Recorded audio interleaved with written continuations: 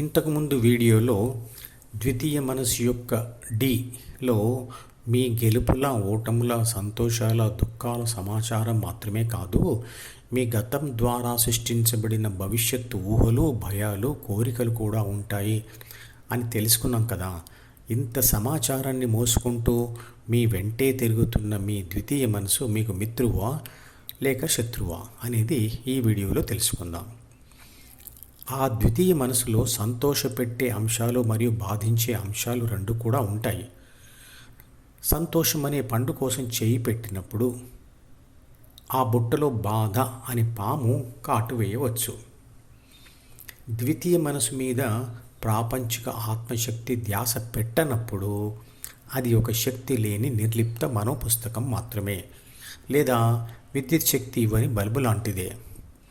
Switch ద్వారా విద్యుత్ శక్తి ఇచ్చినప్పుడు బల్బు వెలిగినట్లే ఆత్మశక్తి యొక్క ధ్యాస పెట్టగానే ఆ మనోపుస్తకంలోని విషయాలు సజీవమైపోతాయి. ఆ విషయాలు ప్రాపంచిక ఆత్మకు బాధించే లేదా సంతోషపెట్టే ఉత్తేజాన్ని కలిగిస్తాయి. అంటే ప్రాపంచిక ఆత్మ చదివిన విషయాలను బట్టి అది అతనికి శత్రువు కానీ మిత్రుడు కానీ అవుతుంది. సమాజం ఒప్పుకున్న కోరికలు మరియు అనుభవాలు మరియు ప్రాపంచిక గెలుపులకు అవసరమయ్యే సమాచారం మరియు సూచనలు మాత్రమే ప్రాపంచిక ఆత్మ చదివినప్పుడు అది మీకు మిత్రుడు. అది ధ్యాన కోరిక కోరుకుంటే అది మీకు మరింత ఆప్తమిత్రుడు అవుతుంది. కానీ సమాజం ఒప్పుకోని, అంటే తప్పు అంటున్న భావాలు, అనుభవాలు, ఉద్వేగాలు, కోరికలు ప్రాపంచిక ఆత్మ కోరుకుంటూ ఉన్నా, లేదా ఆత్మ చేసే ప్రయత్నాలకు ప్రకృతి సహకరించక కలిగే పరాజయాలు, పరాభవాలు, కష్టాలు, నష్టాలు, వీగిపోయిన బంధాలు, వాటితో ఏర్పడే ఉద్వేగాలు, వాటికి సంబంధించిన సమాచారం మరియు సూచనలన్నీ చదువుతూ ఉంటే కనుక అది మీకు శత్రువు అవుతుంది. అంతేకాదు, గతం వలన ఏర్పడే భవిష్యత్తు భయాలు, ఊహలు చదివినా కూడా ఆత్మ మీకు శత్రువు అవుతుంది. ద్వితీయ మనసు అనే బుట్టలో పండ్లు మాత్రమే కాదు, పాములు కూడా ఉంటాయి అని అర్థమైంది కదా. పండు కోసం చేయబెడితే పాము కాటేయవచ్చు.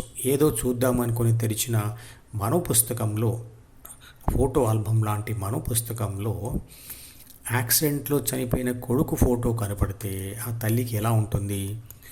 ఇంట్లో ఉండే విద్యుత్ శక్తి మనిషికి మిత్రువా లేదా శత్రువా అని అడిగితే ఏమంటారు? విద్యుత్ శక్తి యొక్క రూల్స్ చదివి వాటిని పాటిస్తూ దానిని ఉపయోగించుకుంటుంటే అది మిత్రుడు, దాని రూల్స్ పాటించకపోతే అది శత్రువు అంటారు. అవునా? అలాగే మనిషికి ఆత్మశక్తి శత్రువా లేదా మిత్రుడా అనేది అది అతుక్కొని ఉన్న ద్వితీయ మనసు యొక్క డిలోని విషయాల మీద ఆధారపడి ఉంటుంది. ఆత్మశక్తి కూడా విద్యుత్ శక్తి లాంటిదే కాబట్టి దాని రూల్స్ను పాటిస్తూ ఉపయోగించుకుంటే అది మనకు మిత్రుడు అవుతుంది లేదా శత్రువు అవుతుంది. ద్వితీయ మనసులోని చెడును గుర్తించి దానిని ముట్టుకోకుండా మంచిని మాత్రమే చదువుతూ పనులు చేయడం సాధ్యం కాని విషయం. కొన్ని బలహీనమైన క్షణాలలో, అంటే ప్రకృతి అనుకూలంగా ఉన్నప్పుడు 6 గుణాల ప్రేరేపణతో చెడు కూడా చేయాలనిపిస్తుంది. మరి అప్పుడు ఏం చేయాలి? అవసరమైనప్పుడు విద్యుత్ బోర్డులోని స్విచ్లను ఆన్ చేసుకొని విద్యుత్ పరికరాలను ఉపయోగించుకుంటాము. ఏదైనా అపాయకర పరిస్థితి వచ్చినప్పుడు వెంటనే వాటిని ఆఫ్ చేసుకొని ఆ పరిస్థితిని దాటిన తర్వాత మళ్ళీ ఆన్ చేసుకుంటాం కదా. అలాగే విషాదం కలిగినప్పుడు ప్రాపంచిక ఆత్మ ధ్యాసను మనసు నుండి ఆఫ్ చేసి హృదయం మీదకు స్విచ్ ఆన్ చేయాలి. అవసరం వచ్చినప్పుడు హృదయం నుండి ఆఫ్ చేసి మనసు వైపుకు ఆన్ చేసుకోవచ్చు. డిలో చెడు ఆలోచన రాగానే ప్రాపంచిక ఆత్మ అనే స్విచ్ని మనసు నుండి ఆఫ్ చేసి హృదయం వైపు వేసినప్పుడు ఆ చెడు ఆలోచన వాడకపోవడం వల్ల అది నశిస్తుంది. గాఢ నిద్ర నుండి లేవగానే ప్రాపంచిక ఆత్మను ద్వితీయ మనసు వైపు ఆన్ చేయడం మాత్రమే మనకు తెలుసు, కానీ దానిని ద్వితీయ మనసు నుండి ఆఫ్ చేసి హృదయం వైపు వేయడం తెలియదు.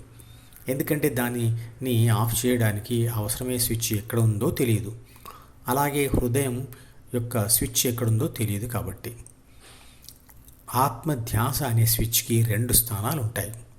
ఒకటి పైకి, రెండవది కిందికి. పైన ఉండేది డి యొక్క స్థానం, కిందికి ఉండేది హెచ్ అంటే హృదయ స్థానం. ఆత్మధ్యాస అనే స్విచ్ని పైకి వేస్తే ప్రాపంచిక ఆత్మ డీకి కనెక్ట్ అవుతుంది, అంటే ద్వితీయ మనసు ఆన్ అవుతుంది. కిందికి వేస్తే డి ఆఫ్ అయిపోయి ఆత్మ హృదయానికి కనెక్ట్ అవుతుంది. ద్వితీయ మనసు ఎక్కడ ఉంటుందో అందరికీ తెలుసు, అది మెదడులో ఉంటుంది. కానీ హృదయం ఎక్కడ ఉంటుంది? మనం లోనికి తీసుకున్న శ్వాస ఎక్కడి నుండి అయితే వెనక్కి మళ్ళుతుందో ఆ కూడలి ప్రాంతమే హృదయం. శ్వాస ద్వారా మాత్రమే ఆ ప్రాంతాన్ని స్పృశించవచ్చు. శ్వాస మీద ధ్యాస పెట్టడం వల్ల ఆ హృదయ ప్రాంతాన్ని స్పృశించవచ్చు.